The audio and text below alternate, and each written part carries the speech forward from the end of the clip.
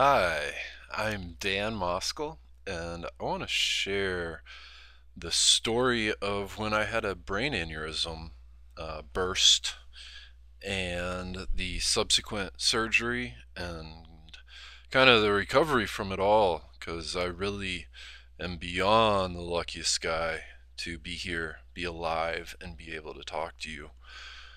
So I was 12 years old. It was 3 days before school was out for the summer. We had a barbecue at a friend's house living down the street, and I dove into the pool. I hit my head on the bottom of the pool, and I believe it was probably 60 seconds, maybe 2 or 3 minutes later, but I got the worst headache I'd ever had. My friend's mom wrapped me in a towel, took me back to my mom's house. I then went to the emergency room, walked into the emergency room. They kept asking me if I'd hit my head, and for some reason, because it wasn't instantaneous, the hitting my head on the pool and the headache, I just didn't link the two. It was probably two because I had blood in my brain. I don't know, I just didn't link it. I had just kept denying that I had hit my head, uh, and it had anything to do with that. So, anyways, it was guessing like 20 minutes later. I had a seizure. I went unconscious and woke up 4 days later in the ICU of a different hospital. My mom tells me, and just let me share this firsthand or first. My mom and dad and brothers, I have two older brothers, had watched my older sister pass away from leukemia when she was 4. So you can imagine how traumatizing this whole thing would have been for my family. I was young enough that I didn't really have a clue what was going on, and lucky enough. So uh, after I had my seizure, obviously the doctors came and they ended up rushing me down to a children's hospital. This is in Buffalo, New York. Along the way, I guess they had done a spinal tap and I'm sure a million other tests and stuff. So, anyways, I woke up 4 days later, beepers going off, all sorts of machines. Spent the next 3 weeks in the hospital. I had an angiogram with no anesthesia. And if you're unfamiliar, that's when they put a big needle in your groin in the artery. There's an artery in your groin and you have to lay still and they literally press on it with they had like a clamp almost. I'd compare it to a tool clamp on like a workbench that they put on your leg after they pull the needle out so you're not squirting blood out of your leg. But they run this dye into your brain and then run these tests, and you can feel the dye like warm up on your face. It's really, really weird. I can't describe it or compare it to anything else, but you can during these digital runs you can feel the dye heating up on your face and on your head. And I know they do angiograms on other parts of your body, so I would assume it would be the similar feeling. So, anyways, I spent the next 3 weeks in the hospital, came home, and had some really nice friends that had decorated my house. Initially, they thought it was a cerebral hemorrhage, which is when your brain just ruptures blood. So, in a subsequent, I was totally knocked out. I mean, it just really knocked the wind out of me. The biggest adventure I had in the next, I want to say, probably 4 or 5 weeks was like a quarter-mile walk. I mean, it put a 12-year-old who was running around all the time and constantly it really knocked the wind out of me. I don't know how else to describe it. I didn't really do much even when I came home. And we had a follow-up, I believe it was an angiogram where they found the brain aneurysm. And this is what had actually ruptured before. So we spent the next I want to say 3 or 4 weeks talking to a few different doctors, doing research, and we're lucky enough to find a great doctor I believe his first name is Lee. It's Dr. Hopkins, and at the time, I want to say he was at the Buffalo Surgeon, uh, Miller Fillmore Hospital in upstate New York, but he is a really renowned brain surgeon. So, anyways, Dr. Hopkins is the gentleman that actually performed the surgery and had family to visit and all that. So, the day of surgery, we went in and nothing went according to plan. My aneurysm burst again in surgery. What was supposed to be 3 hours turned into 15 hours. Dr. Hopkins is a miracle worker. He was able to clip the majority of it, and then they used some sort of medical gauze to pack the rest. And we all hoped for the best. I had lost a lot of blood. I know they recycled my blood a few times, and they put me in an artificial coma. It was for 3 or 4 days after, which, according to my family, I had kept pulling my respirator out. I'm lucky I don't have any recollection or memory of it, but when I finally came to, I had all the thankfully I had had the catheter removed when I was unconscious, and the respirator removed and all that. So when I finally came to, there was all sorts of things sticking out of me, and of course a bunch of machines. I was in the ICU. I couldn't communicate. I was there, like I was conscious. I could think, but I couldn't talk. I couldn't write. I couldn't read. I couldn't walk. Um, I remember my brothers reading Dr. Seuss books to me at 12 years old. I remember them putting paper and a pen in my hand over and over and over again, and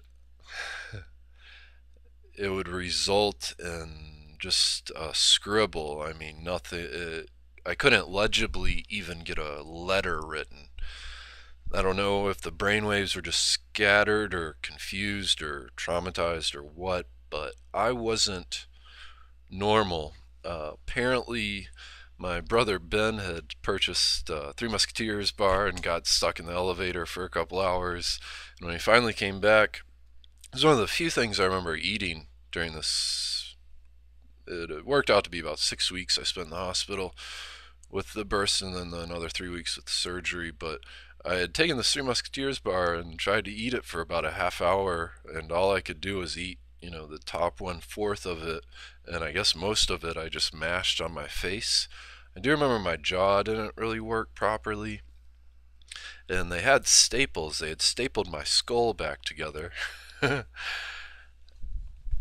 So I don't remember how long it took. I believe it was about 2 weeks later. I know the Summer Olympics were going on, and I remember visiting. My dad he's a minister, and I had endless care packages, endless cards, and how many more tens of thousands of hundreds of thousands, if not more, people were thinking of me and had me in their thoughts and prayers. And it's really interesting to look back and just see how many people were thinking good things for me and my family and my dad. And anyways, I had a seizure one day, and I was conscious for this one. It was quite literally like an out of body experience. I remember the most vivid thing about it all was wanting to laugh at myself, because it was, wrist hitting your chest and trying to lick your ear. It was just so strange because you're there and you can almost look down on yourself, and I've never had anything compared to it. My heart really goes out to folks that have epilepsy, because it was very humbling. The other humbling experience was needing to use the restroom. I just had to pee, and you think about it, you have to pee, you point at your crotch. It's a pretty easy thing to communicate. but I couldn't put these things together. And I remember peeing on myself and having nurses come in, and everybody's trying to understand what I could say, and I knew what I wanted, but I couldn't say, give me that bottle to use. Things just didn't connect. It was probably 3 weeks later. I had seen a physical therapist that was teaching me how to walk again. I'd seen a speech therapist that was putting that tongue depressor, and making me make noises and sounds. I'd seen, it was a whole barrage of specialists at the hospital and therapists to help me relearn how to talk, help me relearn how to communicate. And how lucky I am, one day I had a seizure. After the seizure, my brain started working again. I instantly could talk again, I could write, I could communicate. I I was what we would consider a normal functioning human being again. It took me, I want to say it was probably a full 6 months to really recover and to get back to the same energy level. I have a lot more compassion for my family and my parents. You know, they had a nightmare of a situation, especially my parents, with one child passing away and then another just years later having, according to the numbers, I should have died a few times. And according to the therapists that I've spoken with, speech therapists, that I'm one of a incredibly slim percentage of people who get all these skills and communication abilities back. I say skills, but it's really just abilities, God-given abilities. Um, it's so easy to take for granted the ability to say, I need to go to the restroom, so you don't pee on yourself, to be able to say that, to be able to write it, to be able to understand. Just to give you a little bit of a follow-up, that happened when I was 12. I later went on and, I've had my roller coaster through life, as we all have. Went to 5 different high schools, but played basketball, was played in sports, and the only restriction they placed on me after and with the follow-up was not to play organized football. Got through high school, graduated, went to college, best decade of my life.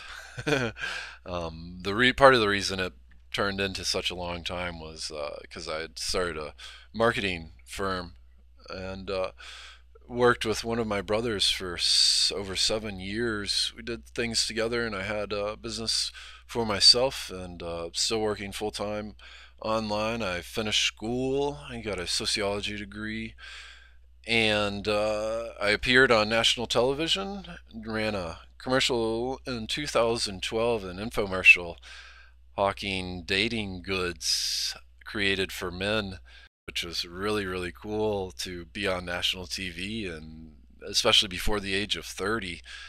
Today I'm now 29, and my business is doing well. My future is bright, and I eagerly look forward. I've started to teach people what I do. I've been lucky enough to have an awesome little nephew, some other, we'll call them cousins, but I've got some really special little people in my life, and I want to teach them, and I want to teach everybody else how they can also create and work for themselves, how you can create your own business. And I'm not telling you what business to run, but you can, or if you already have a business, how you can get it online and have a real marketing presence online, and kind of simplify a lot of all these things when it comes to search engine optimization, paid advertising, or email marketing, following up with your customers and clients and prospects. And I'm just so thankful. I'm so grateful. I'm so lucky.